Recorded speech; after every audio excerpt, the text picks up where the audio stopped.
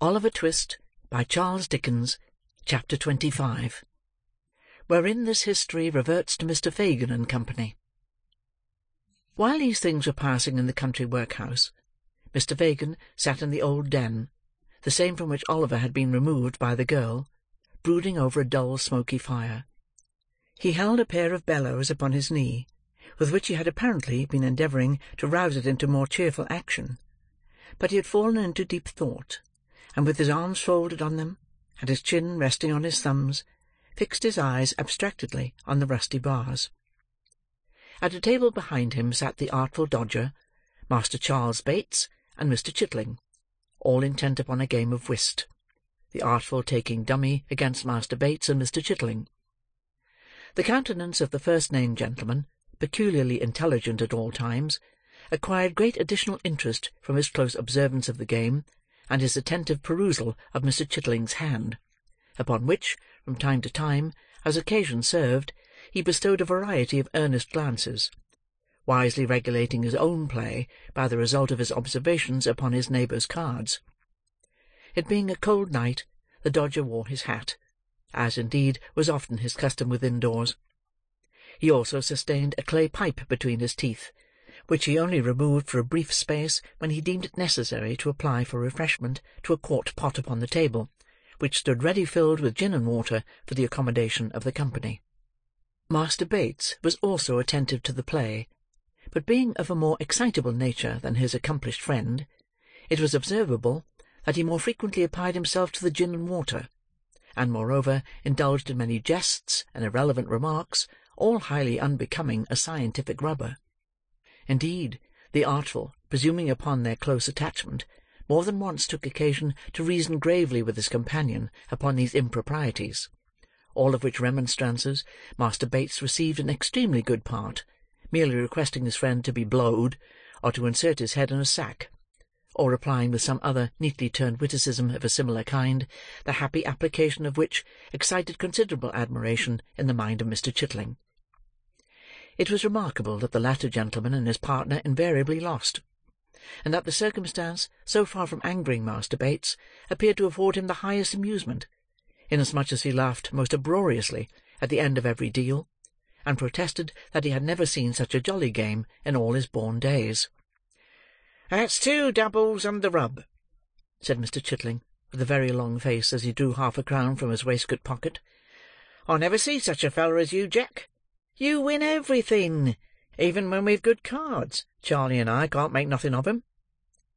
Either the master or the manner of this remark, which was made very ruefully, delighted Charley Bates so much that his consequent shout of laughter roused the Jew from his reverie, and induced him to inquire what was the matter. "Matter, Fagin!" cried Charley. "I wish you had watched the play. Tommy Chitling hasn't won a point, and I went partners with him against the Artful and Dumb." "Aye, aye," said the Jew with a grin, which sufficiently demonstrated that he was at no loss to understand the reason. "Try him again, Tom. Try him again." "No more of it for me, thank'ee, Fagin," replied Mr. Chitling. "I've had enough. That here Dodger has such a run of luck that there's no standing agin him." "My dear," replied the Jew, "you must get up very early in the morning to win against the Dodger." "Morning," said Charley Bates. "You must put your boots on overnight, and have a telescope at each eye, and an opera glass between your shoulders, if you want to come over him." Mr. Dawkins received these handsome compliments with much philosophy, and offered to cut any gentleman in company for the first picture card at 1 shilling at a time. Nobody accepting the challenge, and his pipe being by this time smoked out, he proceeded to amuse himself by sketching a ground plan of Newgate on the table with a piece of chalk, which had served him in lieu of counters, whistling meantime with peculiar shrillness. "How precious dull you are, Tommy," said the Dodger, stopping short when there had been a long silence, and addressing Mr. Chitling. "What do you think he's thinking of, Fagin?" "How should I know, my dear?" replied the Jew, looking round as he plied the bellows. "About his losses, maybe? Or the little retirement in the country that he's just left, eh? Is that it, my dear?"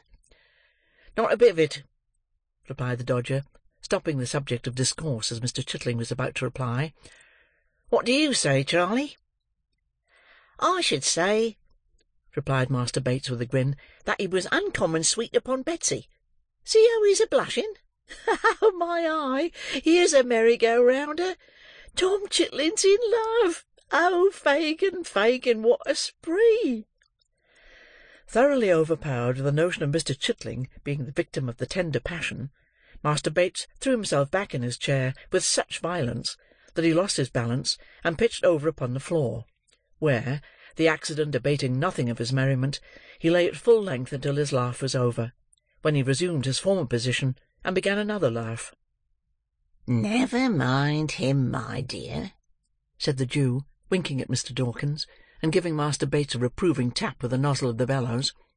"Betsy's a fine girl. Stick up to her, Tom. Stick up to her."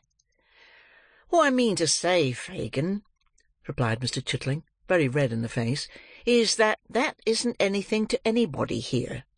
"No more it is," replied the Jew. "Charley will talk. Don't mind him, my dear. Don't mind him. Betsy's a fine girl. Do as she bids you, Tom, and you will make your fortune." "So I do as she bids me," replied Mr. Chitling. "I shouldn't have been milled if it hadn't been for her advice. But it turned out a good job for you, didn't it, Fagin? And what's 6 weeks of it? He must come, some time or another, and why not in the winter time, when you don't want to go out a-walking so much, eh, Fagin?" "Ah, to be sure, my dear," replied the Jew. "You wouldn't mind it again, Tom, would you?" asked the Dodger, winking upon Charley and the Jew, "if Bet was all right?" "I mean to say that I shouldn't," replied Tom angrily. "There now! Ah! Who'll say as much as that, I should like to know, eh, Fagin?" "Nobody, my dear," replied the Jew. "Not a soul, Tom. I don't know one of 'em that would do it besides you. Not one of 'em, my dear." "I might have got clear off, if I'd split upon her, mightn't I, Fagin?" angrily pursued the poor half-witted dupe. "A word from me would have done it, wouldn't it, Fagin?" "To be sure it would, my dear," replied the Jew. "But I didn't blab it, did I, Fagin?" demanded Tom, pouring question upon question with great volubility. "No, no, to be sure," replied the Jew. "You were too stout-hearted for that. A deal too stout, my dear." "Perhaps I was," rejoined Tom, looking round. "And if I was, what's to laugh at in that, eh, Fagin?" The Jew, perceiving that Mr. Chitling was considerably roused, hastened to assure him that nobody was laughing, and to prove the gravity of the company, appealed to Master Bates, the principal offender.